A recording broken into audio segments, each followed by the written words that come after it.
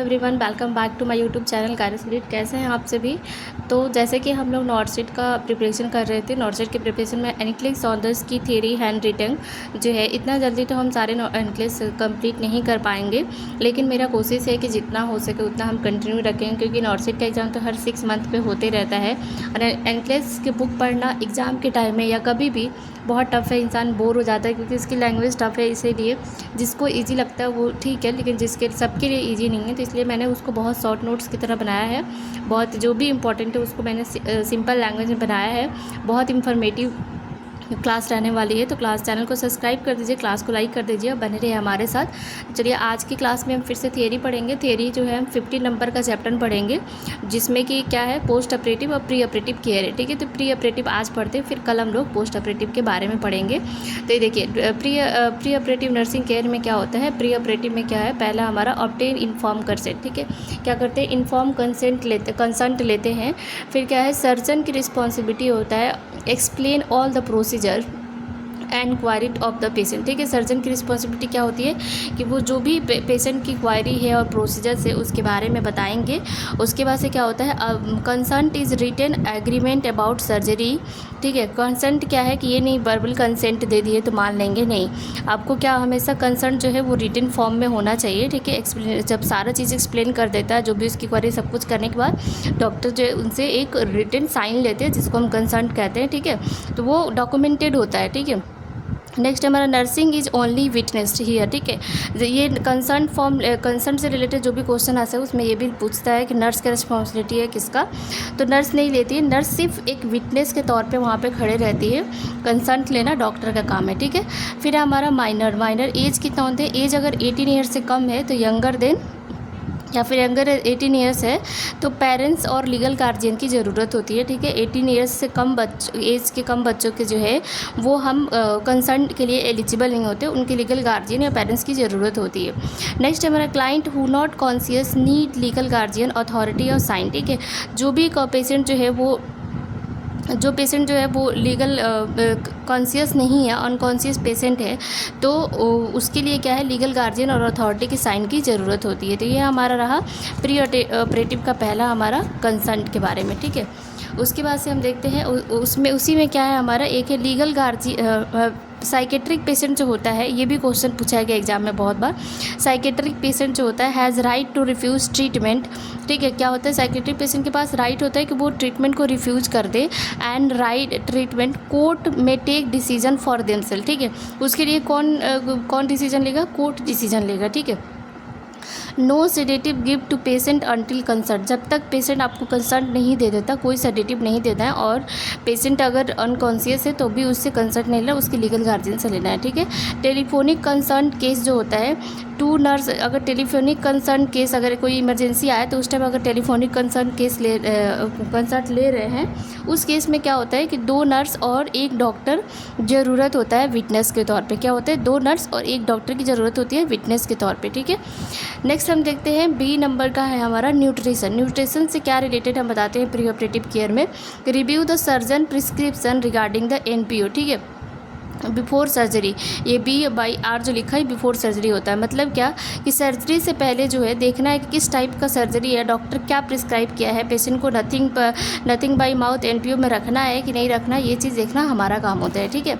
उसके बाद से क्या होता है, विद होल्ड सॉलिड और लिक्विड टू अवॉइड एस्पिरेशन।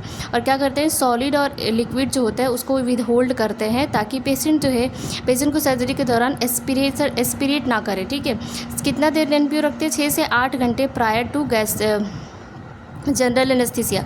अगर पेशेंट को किसी सर्जरी में जनरल एनेस्थीसिया देना है तो 6 से 8 घंटा जो उसके पहले हम लोग क्या करेंगे, पेशेंट को नथिंग पर और मतलब NPO रखेंगे। ठीक है, और क्या करते हैं, नोट में लिखेंगे 3 hour prior to local anaesthesia. अगर लोकल एनेस्थीसिया देना है तो 3 घंटे पहले से पेशेंट को NPO पर रखेंगे। फिर क्या होता है, स्टार्ट करेंगे IV line according to order. ठीक है, क्योंकि NPO पर रखे पेशेंट को कुछ खिला पिला नहीं रहे तो उसका एनर्जी तो लॉस हो जाएगा, फिर वीक हो जाएगा पेशेंट, तो इसलिए IV जैसा प्रिस्क्रिप्शन होगा डॉक्टर का उस हिसाब से हम IV लाइन स्टार्ट कर देंगे। ठीक है, फिर हमारा एलिमिनेशन में क्या होता है कि if the patient is to have GI और abdominal surgery then an enema laxative perform according to the order before surgery. ठीक है, अगर पेशेंट जो एनिमेशन मतलब क्या स्टूल पास हुआ कि नहीं उस मैटर में, तो क्या होगा कि पेशेंट को जो है जीआई और एब्डोमेन का अगर सर्जरी है तो ये एनिमा देंगे पेशेंट को, लैक्सेटिव परफॉर्म करेंगे ऑर्डर सर्जरी के एक दिन पहले अगर ऑर्डर है डॉक्टर का तो, ठीक है, ताकि उसका पेट जो है वो क्लियर हो जाए, ठीक है। नेक्स्ट हमारा अवॉइड पेशेंट बिफोर सर्जरी और insert the indwelling urinary catheter. Patient को जो है देखना ओटी में जो है सर्जरी में भेजने से पहले स्टाफ नर्स जो है वो कहती हैं कि आप जाइए पेशाब करके आ जाइए, यूरिन पास करके आ जाइए, ठीक है। तो या तो वो अवॉइड करने बोलेंगे या फिर जो है अगर ज़रूरत है तो उसको क्या करेंगे इंड्यूलिंग कैथेटर भी यूज़ कर सकेंगे, ठीक है। नेक्स्ट डी नंबर का हमारा है सर्जिकल साइट। सर्जिकल साइट में क्या होता है, clean the surgical site antiseptic night before surgery, ठीक है। एंटीसेप्टिक सर्जिकल साइट को क्या करेंगे वो मार्क करके रखते हैं डॉक्टर कि यहाँ पे हमें कट लगाना है, यहाँ पे सर्जरी करनी है, तो उस साइट को हम सर्जरी के जिस दिन सुबह में मान लो कल सुबह में सर्जरी तो आज रात को क्या करेंगे हम उस एरिया को एंटीसेप्टिक सोल्यूशन से क्लीन करके रखेंगे। और क्या करेंगे सेव द सर्जरी साइट, अगर वहाँ पे हेयर है तो उस चीज़ को रिमूव करेंगे, ठीक है। नेक्स्ट हमारा pre operative clinical teaching. Pre operative clinical teaching में क्या करेंगे, पेशेंट पॉजिटिव एक्सप्लेन करेंगे पॉजिटिव और negative of surgery, whole surgery step to decrease the props anxiety, ठीक है। क्या है प्री ऑप्स एंजाइटी, ठीक है, जिसमें कि हम क्या पेशेंट को क्या करेंगे प्री ऑपरेटिव क्लिनिकल टीचिंग में कि पेशेंट को जो है हर चीज़ बताएंगे, निगेटिव और पॉजिटिव फीडबैक बताएंगे उसको, ताकि उसका क्या है ना कि एंजाइटी जो है हर किसी को डर लगता है, वो ऑपरेशन थिएटर के नाम से ही लोगों को डर लगता है। हम तो एडिक्टेड हो गए हम लोग, वो अलग बात है, लेकिन लोगों को जनरल पब्लिक को इवन हमारी फैमिली को भी डर लगता है ओटी के नाम से, भले वो ऑपरेशन छोटा हो या बड़ा हो। तो क्या करेंगे कि हम लोग उसको सब कुछ बताएंगे ताकि उसकी एंजाइटी जो है वो कम कर सके, ठीक है। एक्सप्लेन द अबाउट प्री और पोस्ट ऑप्स प्रिकॉशन, ठीक है। पेशेंट को बताएंगे कि सर्जरी के पहले और सर्जरी के बाद आपको क्या क्या प्रिकॉशंस लेना है, लाइफ हैबिट में क्या क्या चेंजेस करना है, जैसे इसको अल्कोहल और स्मोकिंग जो है वो सब बंद करना है आपको, ठीक है। और एक्सप्लेन करेंगे about post op deep breathing और एम्बुलेशन, ठीक है। और ये भी बताएंगे कि पोस्ट ऑप के बाद जो है जब आपका जो भी एनेस्थीसिया अकॉर्डिंग टू एनेस्थीसिया जब टाइम खत्म हो जाएगा तो एनेस्थीसिया का असर खत्म हो जाएगा, तो जब आप एम्बुलेट करेंगे आपको अर्ली एम्बुलेशन करना है, फिर क्या करना है डीप ब्रीदिंग करना है ताकि आपका लंग्स जो है वो कोलैप्स ना हो, ये सब सारी चीज़ें उसको बताएंगे। क्लियर है सबको? अगर सबको क्लियर है तो क्लास को जल्दी से जल्दी शेयर कर दीजिए, चैनल को सब्सक्राइब कर दीजिए और क्लास को लाइक भी कर दीजिए। नेक्स्ट है हमारा नेक्स्ट पॉइंट, और क्या करेंगे हम क्लिनिकल टीचिंग में प्री ऑप में इंस्ट्रक्ट करेंगे patient leg exercise to prevent the venous stasis, ठीक है। पेशेंट को जो है पेशेंट जो पोस्ट ऑप के बाद पोस्ट ऑप में क्या है कि अगर एडमिट पोस्ट ऑप में आया है तो उसमें हम पेशेंट को बोलेंगे वेनस स्टैटिस प्रिवेंट करने के लिए हम उसको एक्सरसाइज करने के लिए बोलेंगे, ठीक है। फिर है हमारा tell the post op position. Post op position जिस हिसाब से सर्जरी है उस हिसाब से पोजीशन दिया जाता है, तो वो पोजीशन पेशेंट को बताएंगे। फिर क्या करेंगे एक्सप्लेन करेंगे patient about ops invasive device needed after surgery, example NG tube, drainage, urinary catheter, epidural catheter, IV line, सबकी ठीक है। ये सारे जो है इन्वेसिव डिवाइस को यूज़ करना बताएंगे पेशेंट को, आपको कैसे इस चीज़ को यूज़ करना है अगर आपको लग रहा है तो। फिर है हमारा नेक्स्ट आता है साइको सोशल प्रिपरेशन, ठीक है। साइको सोशल प्रिपरेशन में क्या करेंगे आंसर करेंगे क्वेश्चन का जो पेशेंट आपसे पूछता है ताकि उसकी एंजाइटी जो है वो कम हो सके। फिर हम करेंगे साइको सोशल सपोर्ट और कल्चरल स्पिरिचुअल सपोर्ट, ठीक है। पेशेंट को जो है साइको सोशल कल्चरल और स्पिरिचुअल सपोर्ट देंगे ताकि पेशेंट को कोई दिक्कत ना हो आगे चल के, ठीक है।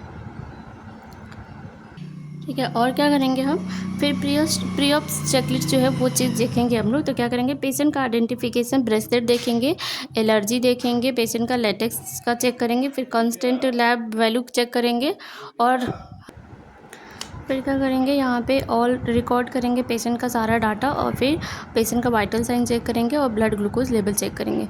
फिर रिमूव करेंगे ज्वेलरी और डेंटर जो भी चीज़ें हैं वो सारी चीज़ें जो है वो पेशेंट से रिमूव करेंगे। नेक्स्ट हमारा प्री ऑप्स मेडिकेशन में क्या देंगे, जो सर्जरी से पहले मेडिकेशन दिया जाता है क्या क्या देते हैं, प्रोवाइड करते हैं ऑल मेडिकेशन और बाय डॉक्टर, जो भी डॉक्टर जो आपको प्रिस्क्राइब किया है पेशेंट के लिए वो सारे मेडिसिन आपको प्रिस्क्राइब कर दे देना है पेशेंट को ऑन द टाइम, ठीक है। फिर हमारा आता है extra intra operative care. Extra में क्या क्या करते हैं तो हम करते हैं पहला स्क्रब नर्स और दो होता है एक होती है स्क्रब नर्स और दूसरी होती है सर्कुलेटरी नर्स, ठीक है। स्क्रब नर्स में क्या होता है, ओटी में असिस्ट करती है सर्जन को ड्यूरिंग सर्जरी के दौरान। सर्कुलेटरी नर्स जो होती है वो क्या करती है, और नर्स आउटसाइड ओटी नर्स और outside the sterile field responsible for account instrument and hand the specimen. ठीक है, जो स्टेराइल ओटी जो साइट होता है उसको जो प्रिपेयर करते हैं स्टेरिलिटी एरिया, उसके बगल में होती है लेकिन ओटी के अंदर ही होती है। वो क्या करती हैं कि जो भी उनको ज़रूरत होती है वो सारी चीज़ें ला करके उनको देती है। पैक जो होता है वो ऐसे ओपन करके पोर्ट करके उनको डालती है, तो उसे हम कहते हैं सर्कुलेटरी नर्स। क्लियर है सबको? अगर आज हम यहाँ पे कंप्लीट करते हैं प्री ऑपरेटिव केयर, कल हम पढ़ेंगे पोस्ट ऑपरेटिव केयर के बारे में। तो आज का क्लास हमारा यहीं पे ख़त्म होता है। ये हमारा हैंड रिटन नोट्स है, मैंने बहुत मेहनत से बनाया है। तो अगर आपको क्लास अच्छी लगती है, नोट्स अच्छी लगती है, तो चैनल को सब्सक्राइब करें, क्लास को लाइक करें और ज़्यादा से ज़्यादा शेयर करें। Thank you for watching.